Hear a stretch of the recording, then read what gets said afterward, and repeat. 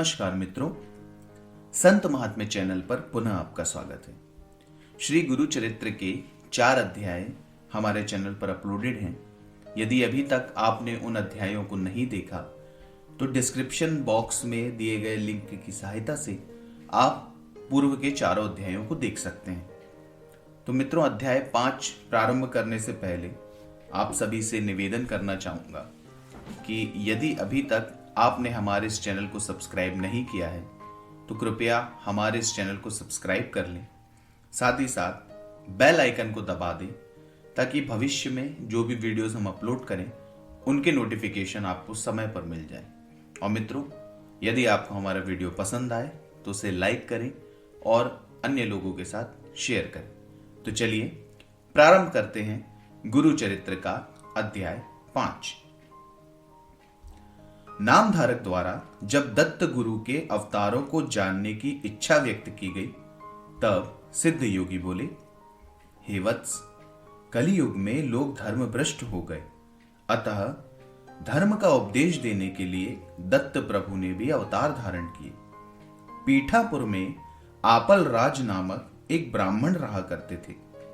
उनकी पत्नी सुमति धर्मशील व पतिव्रता महिला थी। वह स्त्री दत्त प्रभु की संपूर्ण मनोभाव एवं भक्ति से आराधना करती थी।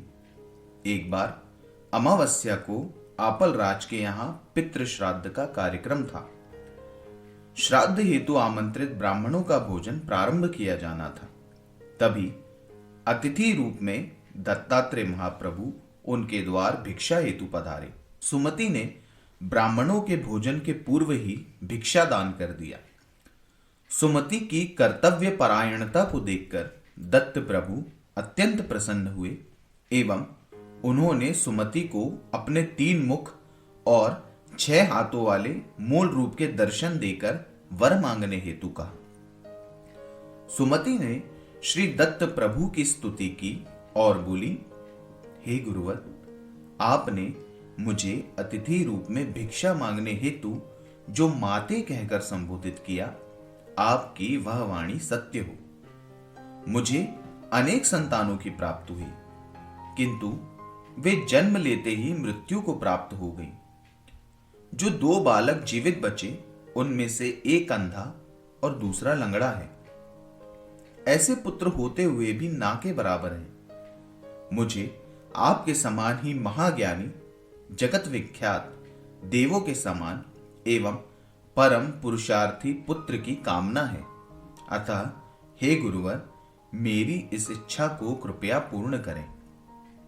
दत्तात्रेय बोले, हे माते, तुम्हें अपेक्षित पुत्र की प्राप्ति होगी। वह महातपस्वी एवं महाकीर्तिवान होगा और तुम्हारे कुल का उद्धार करने वाला होगा। किंतु आप उसे केवल बालक न समझकर उसकी बातों को ध्यानपूर्वक समझें एवं पालन करें। यदि आप लोगों ने उसकी अवज्ञा की तो फिर वो आप लोगों के साथ नहीं रहेगा। सुमति को वरदान देकर दत्त प्रभु अदृश्य हो गए। यह बात जब उन्होंने अपने पति को बताई तो उन्हें भी बहुत आश्चर्य हुआ। वे बोले, दत्त प्रभु ने तुम्हें माते कहकर पुकारा, अतः वे ही बालक रूप में अवतार लेंगे। आज हमारी इतने वर्षों की तपस्या फलीभूत हुई है। दोनों दंपत्ति को अत्यंत हर्ष हुआ, किंतु सुमति के मन में असमंजस की स्थिति थी। वह अपने पति से प्रश्न करते हुए बोली, हे नाथ, आज मैंने श्राद्ध हेतु आमंत्रित ब्राह्मणों के भोजन पूर्व ही भिक्षा दान कर दिया। क्या मैंने कोई त्रुटि की? इस पर आपल राज बोले, सुमति, तुमने वही किया जो योग्य था। आज साक्षात दत्त प्रभु ने हमारे घर से भिक्षा ग्रहण की। उन्होंने तुम्हें दर्शन और वरदान दिया। आज हमारे सारे पितृगण कृतार्थ हो गए। वे अवश्य ही अब स्वर्ग को प्राप्त करेंगे। कुछ समय पश्चात सुमति ने गर्भ धारण किया। उन्होंने एक तेजस्वी पुत्र को जन्म दिया। ज्योतिषियों ने उस बालक की भविष्यवाणी करते हुए कहा, यह जातक महान तपस्वी होगा एवं विश्व का कल्याण करेगा। यह जातक जगत गुरु कहलाएगा एवं समस्त विश्व में इसकी कीर्ति व्याप्त होगी। ज्योतिषियों की भविष्यवाणी सुनकर आपलराज एवं सुमति को अत्यधिक आनंद की प्राप्ति हुई। उन्होंने अपने पुत्र का नाम श्रीपाद रखा। 7 वर्ष की आयु प्राप्त करते ही पिता ने श्रीपाद का उपनयन संस्कार किया। कुछ समय पश्चात श्रीपाद को चारों वेद कंठस्थ हो गए। उन्होंने मीमांसा, न्याय, तर्क इत्यादि दर्शन शास्त्र का ज्ञान भी तत्काल प्रकट करना प्रारंभ कर दिया। लोगों द्वारा उन्हें अवतारी महात्मा कहा जाने लगा।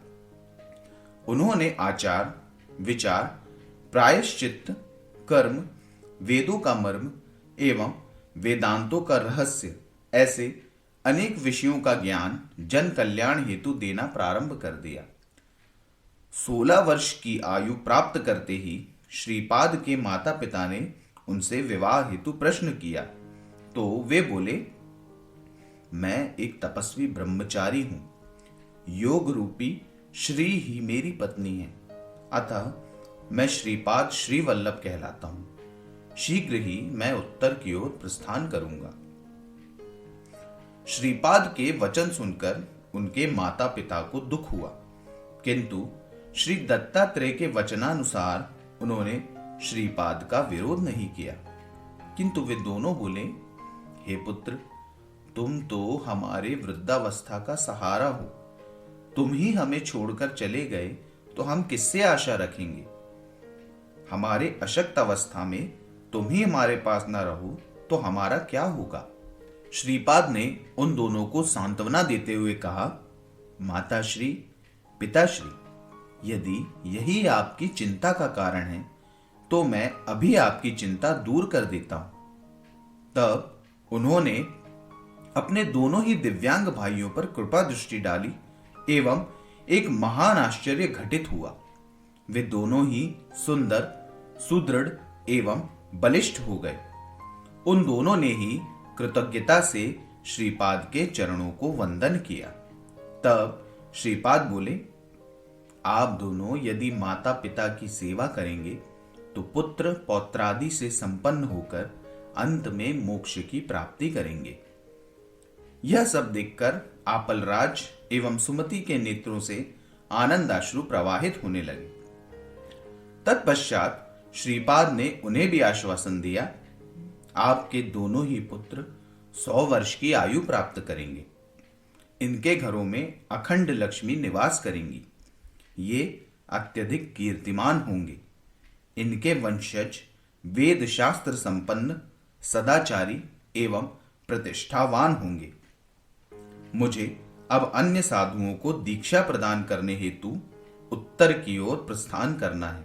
अतः हे माता पिता, कृपया मुझे आज्ञा प्रदान करें। माता पिता के नेत्रों से अविरल अश्रु प्रवाहित होने लगे। उन्हें वंदन कर श्रीपाद अगले ही क्षण अंतर्ध्यान हो गए। वे गुप्त रूप में काशी पहुंचे एवं वहां से बद्रिकाश्रम की ओर प्रस्थान किया। वहां उन्होंने नारायण से भेंट कर जन कल्याण हेतु अपने मनुष्य रूप धारण करने का प्रयोजन बताया। तत्पश्चात वे तीर्थ यात्रा करते हुए गोकर्ण पहुंचे। तो मित्रों, गुरु चरित्र का अध्याय 5 यहीं पर समाप्त होता है। आशा करता हूं कि आपको हमारा वीडियो पसंद आया। अतः आपसे पुनः निवेदन है कि यदि अभी तक आपने चैनल को सब्सक्राइब नहीं किया है तो कृपया सब्सक्राइब कर दें। वीडियो पसंद आए तो उन्हें लाइक करें, शेयर करें और बेल आइकन को भी दबा दें। तो मिलते हैं अगली वीडियो में। तब तक के लिए नमस्कार।